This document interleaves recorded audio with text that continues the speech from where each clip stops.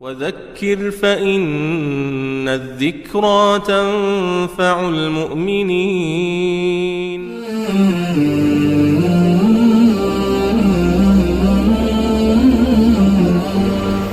بسم الله الرحمن الرحيم. الحمد لله رب العالمين،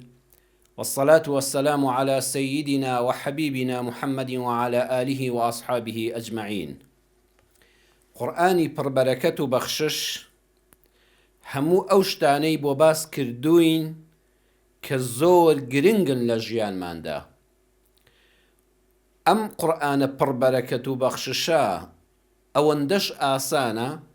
تەنانەت منداڵە بچکۆلەکانیشمان ئەم بنەما گرنگانەی ژیان کە لە قورئاندا هاتوون لە بەریانە.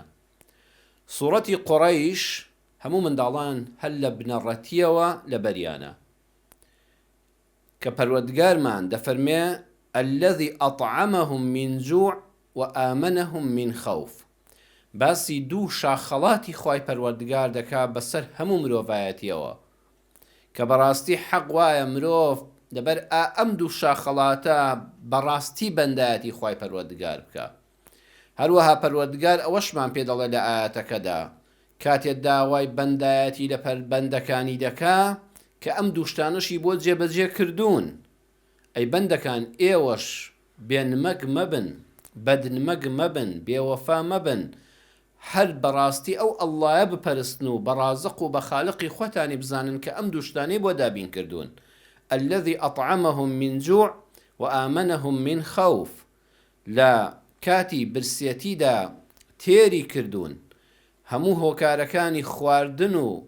پێخۆر و بژێوی ژیان و پێبژێوی لەسەر ئەم خاکە ڕەقەدا بۆ دابین کردوون. هەمومان بەخوا برسین، بەس بەخوا تێر دەکرین. ئەو خالقەیە سبحانه وتعالى ئەرحەم الراحمینە، ڕزق و ڕۆزی دەبەخشێ بە هەموو بەندەکانی، بە کافر و بە موسڵمانەوە، جیاوازیان لە دنیادا لە نێواندا ناکە. وآمنهم من خوف. خەڵاتی دووەم ئەوەیە لە ترس و بیم، لە قەلەقی، لە ترسی شەڕ، لەوەی کەوا دوژمن هێرشتان بکاتە سەر، لەوەی کەوا لە ناو خۆدا دەست دەنە یەخەی یەکتر، ئەمن و ئەمانی پێبەخشیون. کەواتە دوو بنەمای ئاسایشی زۆر گرنگمان هەیە، ئەویش ئاسایشی خۆراکە لەگەڵ ئاسایشی ئەمن و ئەمانی وڵات و گەل و نەتەوە. ئیشی حکومەتیش هەر ئەمەیە، یعنی حکومەت، دەوڵەت ئەو دامەزراوەیە کە دەبێت لە هەموو وڵاتێکا هەبێ. هەر سنوورێکی جوغرافی کە ناوێکی هەیە پێویستە فەرمان ڕەوایەکی هەبێ. ئەو فەرمان ڕەوایە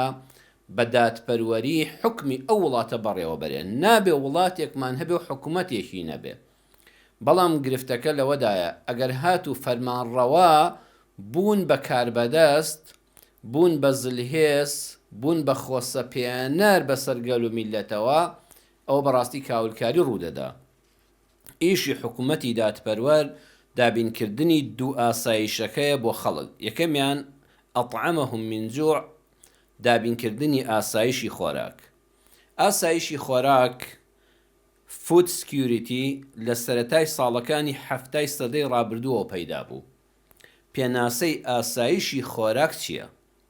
بەرهەمهێنانی خۆراک لە ناوخۆی وڵاتدا بە شێوەیەک کە بتوانێت پێداویستیە ناوخۆییەکانی دانیشتوانی ئەو وڵاتەی پێپڕ بکرێتەوە. بە مانای ئەوەی دەوڵەتێک بتوانێت لە ناوخۆی وڵاتەکەی خۆیدا خۆراکی پێویست بۆ دانیشتوانەکەی مسۆگەر بکە. هەر حکومەتێک گرنگی تەواویدا بە بواری دابینکردنی خۆراک کە لە ناو وڵاتەکەی خۆیدا بەدەستی کارکاری خۆی ئەوەندە خواردنی بەرهەم هێنا کە گەل و میلەتەکە، دانیشتوان و هاوڵاتیان پێویستیان بەوە نەبوو چاو لە وڵاتانی دراوسێ و جیهان ببڕن کە خۆراکیان بۆ بنێرێ. ئالێرەوە لە ئاسایشی خۆراکەوە چەمکی ئاسایشی نەتەوەییش دێتە ئاراوە، ناشنال سکیوریتی، کە دەفەرمێ وآمنهم من خوف.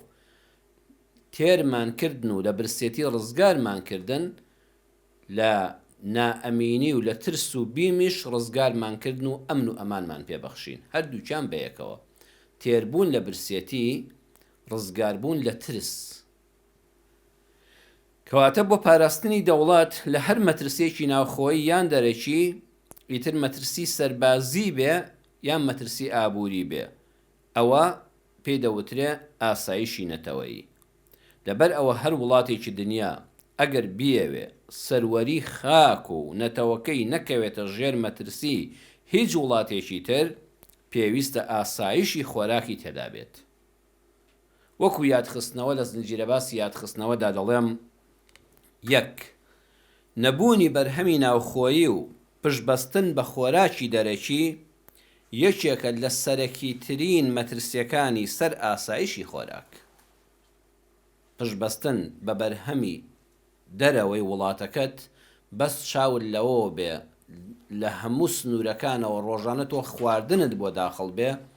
و مەترسی گەورەت بێتە سەر لە کاتێکا بڵێن سنوورەکان داخراون تۆ گەل و میلەتەکەت نەتەوەکەت هاوڵاتیانت ترسی برسیەتی و نەبوونیان هەبێ ئەمە بابەتێکی ترسناکە دووەمیان ئاسایشی خۆراکی وڵات پەیوەستە بە دادپەروەری لە دابەشکردنی خۆراک و سەروەت و سامان و هەلی کاردا بۆ خەڵکەکە ئاسایشی خۆراک کەی دێتە جێ کە دادپەروەری هەبێ لەلایەن حکوومەتی وڵاتەوە بۆ بەدادپەروەری دابەشی خۆراکەکە بکە بەرهەمی وڵاتەکە بەسەر خەڵکەکەدا هەروەها سەروەت و سامانی وڵاتەکە بە دادپەروەری دابەش بکە هەر کەسە بە پێی ڕەنج و ماندووبوون و تایبەتمەندی خۆی هەروەها هەلی کار بە یەکسانی بڕەخسێنەیە بۆ هەموو هاوڵاتیان و دانیشتوانی وڵات بەڵام زۆر وڵات هەن لە جیهاندا بەڕێزان کە هەر چەند داهاتیان زۆرە با هەندێک وڵات وەرگرین بۆ نمونە عێراق هیندستان میسر کە داهاتیان زۆرە بەهۆی بوونی نەوتیان هەیە بەهۆی زەوی کشت و کاڵی فراوان یەکجار زۆر زەوی کشت و کاڵی هەیە ئاوی زۆریشیان هەیە شوێنی گەشتیاری کە لە هەموو وڵاتانی دنیاوە خەڵک ڕوویان تێدەکا و بەشی گەشتیاری ئەگە گرنگی تەواوی بە حەڵاڵی پێ بدرێ زۆر داهاتێکی باش بۆ وڵات دابین دەکە ئەوانە شوێنی گەشتیاریان هەیە گەنجی کارکەری بەتوانە هەر ئەو گەنجانەی وڵاتانی عێراق و میسر و هیندستان و ئەوانن هەموو ئەوروپا و ئەمریکایان خەنی کردووە هەمووی دەستی کار گەنجی دڵسۆز لە ئیشکردنە کەچی لە ناو خۆیدا بێکارە ئەمانە هەر چەنە وڵاتانە داهاتیان زۆرە بەڵام ئاسایشی خۆراکیان لە مەترسیدایە ئەخر سەیرە ئەم هەموو داهاتت هەبێ بەڵام ئاسایشی خۆراکت لە مەترسیداوێ بۆچی چونکە کەمترین ڕێژەی دانیشتوان کۆنتڕۆڵی زۆرترین ڕێژەی داهاتیان کردووە بەشێکی کەم لەوانەی کەوا کاریان بەدەستە لە وڵاتە پلەپۆستی سیاسی و سەربازی و حیزبیان هەیە کە ڕێژەیەکی یەکجار کەمن کۆنتڕۆڵی زۆرترین ڕێژەی داهاتیان کردووە لە نەوتەوە لە داهاتی گەشتیاریەوە لە داهاتی ناوخۆوە لە بەروبوومی کشت و کاڵیەوە ئەبێ ئەوان بۆ نمونە ئەگەر ئەمانە لە 100 بن ئەم لە 100 ئەم لە 102 ئەم لە 103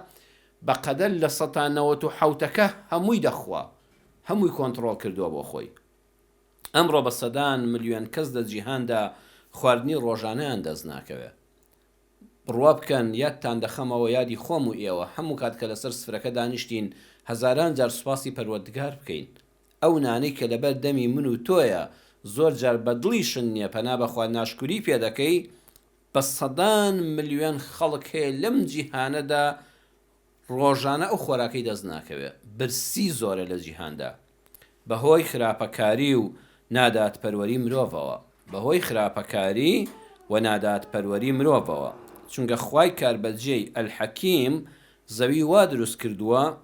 کە خاچی هەر وڵاتێک بای ئەوەندە دەرامەتی تێدایە کە دانیشتوانەکەی پێی بژین و پاشەکەوتی لێ بکەن ئەو خوای پەروەردگاری کاربەجێیە لە هەر شوێنێکە مرۆڤ هەبێ ئەوەندە لەسەر زەویەکەی و لە ژێر زەویەکەی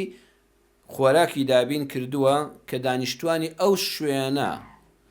بە ئەندازەی پێویستی پێبژێوی ژیانیان هەم خۆراکی لێوەرگرن هەم پاشەکەوتیشی لێ بکەن لە خۆشیان زیاد بێ. هەموو وڵاتێک خی پەروەردگار هەندێک ڕست خۆڕۆزی داوەتێ بەشێکی لە خۆی زیادە، بەڵام هەندێک خۆراکی پێویستی تری هەیە، ئەم خۆراکی کە پێویستێتی لە وڵاتێکی تردا هەیە. سبحان الله، ئەم خالقا بەخوا ئینسان بەس بیر لەمە بکاتەوە و هەمیشە بڵێ سبحان الخالق، پاک و بێگەردی بۆ تۆیە ئەی پەروەردگاری جیهانیان، یا الله سبحانه وتعالى. لە وڵاتەکەی خۆتدا خوای پەروەردگار ئەوەندە ڕزق و ڕۆزی لێ پێبەخشیوی، هەرچەند مرۆڤ زیاد بێ لەو وڵاتەدا خوای گەورە ڕزقەکەش زیاد دەکات، هەم لەسەر زەوی هەم لە ژێر زەوی، هەم لە وشکانی هەم لە دەریایی. هەندێک شتی شەیە، هەندێک خۆراکی شەیە تۆ پێویستیت پێێتی، حەزت پێێتی، بەڵام نییە لە وڵاتەکەی خۆتا. خوای گەورە لە وڵاتێکی تردا بەویشی بەخشیوە، ئەویش هەندێشتی پێویستە کە بۆ خۆی نیەتی، هەندێشتی لێ زیادە و پاشەکەوتی دەکا بینێرێتە دەرەوە. وڵاتی ئێمە بۆ ئەوی دەنێرێ ئەوەی کە خۆمان لێمان زیادە و ئەو نیەتی، ئەوەی لێوەردەگرین کە بۆ خۆمان نیمانە و ئەو لێی زیادە. خوای گەورە بۆ ئەمەی دروست کردەوە، بۆ ئەوی گەلەکان، نەتەوەکان، وڵاتەکان، حکوومەتەکان پەیوەندی و عەلاقە بەیەکەوە ببەستن، خۆشەویستی لە نێوانیاندا ببێ، شەڕ لەگەڵ یەکان نەکەن، بڵێن ئێمە پێویستیمان بەیەکە، هاوکاری یەکتر بن، دەستباری یەکتر بن، خۆ لە شەڕ و فیتنەی نێوانیان پارێزن. ئەمە هەمووی خوای الحەکیم و کاربەجێ جێبەجێ کردووە. بەڵام داخی گرانم مرۆڤ کە لە منهەجی خوا لایدا وەکو ئەم ڕۆژگاری ئەمڕۆ ئاوا سەرگەردان دەبێ. ئاسایشی خۆراک بەڕێزان پەیوەستە نەک بە حکومەتەوە، پەیوەستە بە ژیانی ئازادی تاکە کەسیشەوە. ئێستا وڵاتەکان، حکوومەتەکان تاکەی ئاسایشی نیشتیمانی و نەتەوەییان، ئاسایشی وڵاتەکەیان پارێزراوە کە ئاسایشی خۆراکیان پارێزراوە. ئەینا کاتێک کە خۆراکی لە ناو خۆیدا نەبوو، بەرهەمی نەهێنا، گەنجەکانی بێکار بوون، هەر چاوەڕێ بوون لە دەرەوە خواردن بکڕێو بۆی بێ، دوژمنانی ناحەزانی زۆر بە ئاسانی بەسەریا زاڵ دەبن، هەر ڕۆژێ بیانەوێ سنوورەکانی لێدا دەخەن، تو ئاسایشی نەتەوەیت، ئاسایشی نیشتیمانی کەوتە مەترسیەوە. ئەمە بۆ ژیانی خێزان و تاکە کەسیش ڕاستە. سوفیانی سەوری زانا و ئەولیا و پیاوچاک دەفەرمێ: ما وضع رجل في قصعة رجل إلا ظل له. هەر وەختێ دەستت خستە قاپی ئەو کەسەی کەنانن لەگەڵا دەخوا، تۆ لەگەڵ هاوڕێیەکتا بەرامبەر یەک دانیشتون،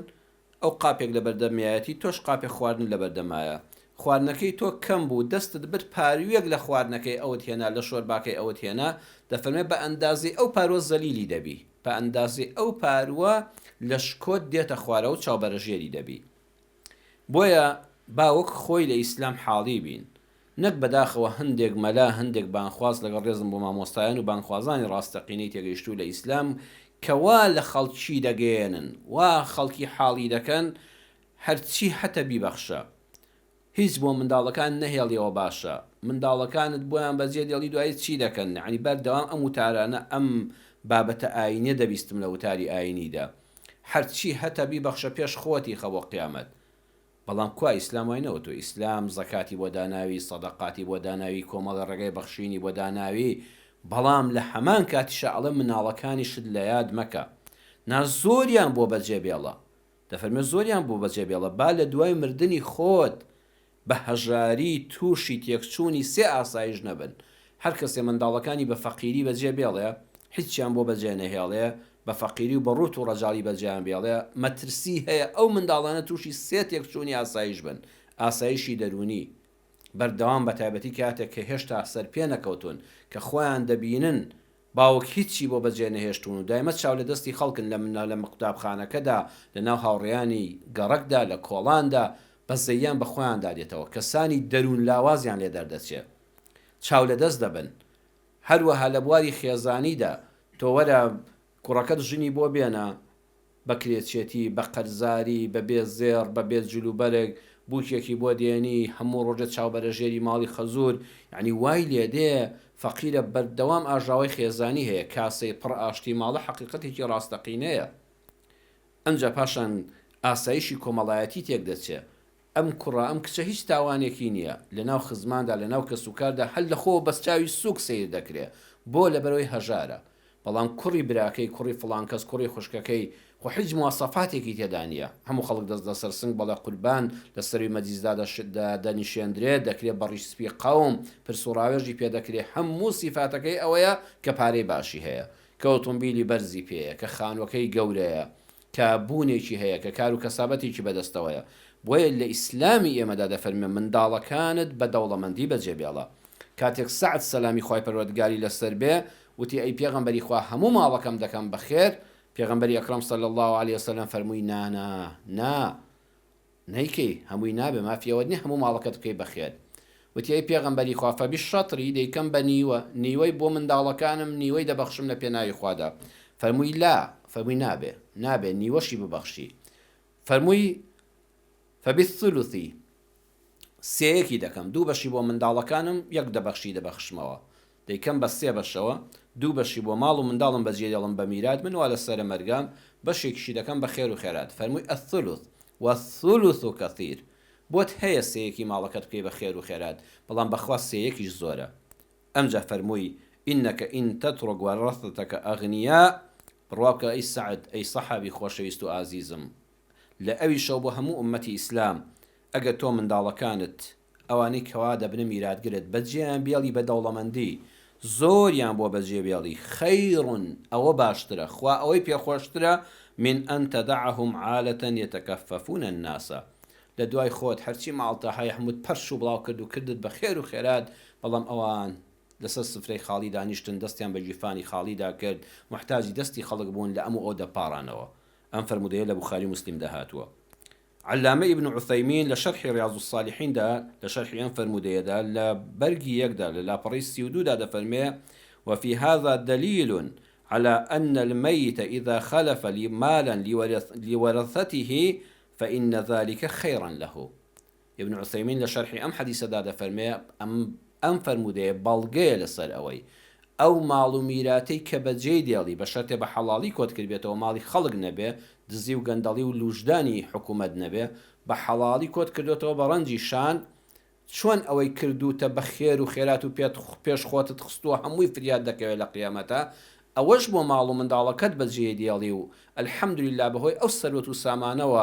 زەلیلی دەستی خەڵک نابن تووشی تێکچوونی ئاسایشی دەرونی و خێزانی نابن ئاژاوە لەگەڵ خێزانەکانیانە دروست نابێ ڕوو لە خوا دەبن ڕوو لە ئەم و ئەو نابن بەهۆی نەفەقیری و هەژاریەوە نابنە پیاوکوژ نابنە دز نابنە دەستبەر ئەو ماڵی تۆ دەبێتە ڕەحمەت بۆیان و بەخۆشی لەسەری دەژین دەفەرمێ ئەو ماڵی کە بە میرات بەجێ دێڵی دەستێتە تای تەرازوی چاکەتەوە وەکو چۆن ئەوەی لە ژیانە پێشت خۆتت خستووە بە چاکە بۆت حیسابە ئەوەش بۆ میراتگرەکانتی بەجێ دێڵی بەویستی خوای پەروەردگار ئەوەش هەمووی بە خێر و سەدەقە حیسابە بۆیە ئاسایشی خۆراک ئاسایشی نیشتیمانی دوو کۆڵەکەی ئاسایشی گرنگی وڵاتن کە قورئانی پڕبەرەکەت و بەخشش ئاماژەی پێکردوون لە قورئانی خۆمانەوە هەموو بابەتە جوانیەکان فێر دەبین ئەگەر لە قورئان شارەزا بووین ئەوەی کەوا ئەم هەموو وڵاتە لەسەری دەڕوا بەڕێوە ئیشی یاسادانانی پەرلەمان لێپرسینەوەی پەرلەمان بۆ حکوومەت دانانی ئەم هەموو کتێبی منهەجی بەڕێوەبردننی وڵات ئەم هەموو ئەنجومەنی وەزیرانە ئەم هەموو دام و دەستگای ئاسایش و پۆلیس و پێشمەرگە و ئەم هێزی ناوخۆیە هەر هەمووی لەبەر خاتری دووشتە ئەم هەموو کابینەی حکوومەتە کە بە ملیار دۆلار سەرف دەکرێت لێی تەنها لە پێناوی دووشتایە ئەگەر ئەمەی جێبەجێ کردەوەن بەڕاستی حکوومەتی چاکە ئەگەر لەمانە کەم و کوڕی هەبوو میلەتەکە گلەیی هەیە بە حکوومەتێکی خراپی دەزانێت ئەویش تەنها دیێڕەکەی قورئانە الذي أطعمهم من جوع وآمنهم من خوف خەڵک لە برسێتی ڕزگار بکرێ ئاسایشی خۆراکی هەبێ هەروەها ئاسایشی نەتەوەیی و نیشتیمانی بۆ هەموو هاوڵاتیانی وڵاتەکە پارێزراو بێ خەڵک لە ناوخۆ لە خۆی نەترسێ و لە دوژمنی دەرەکەی نەترسێ و پارێزراو بێ ئەگەر ئەم دوانەی کرد ڕەزامەندی خوای پەروەردگار بەسەر حکوومەتەکە و بەسەر گەل و میلەتەکەشدا دەبارێ بۆیە با بگەڕێنەوە خزمەت قورئان و بە وردی لێی حاڵی بین و بزانین ئەوەی کەوا لە سەرەتای ساڵانی هەفتادا وەکو عەرزم کردن زاراوەی ئاسایشی خۆراک و ئاسایشی نیشتیمانی هاتووە قورئانی ئێمە 14% لەمەوبەر لە یەک سوورەتی کورتە باسی هەردوو بنەماکەی بۆ کردین الذي أطعمهم من جوع وآمنهم من خوف والسلام عليكم ورحمة الله وبركاته وذكر فإن الذكرى تنفع المؤمنين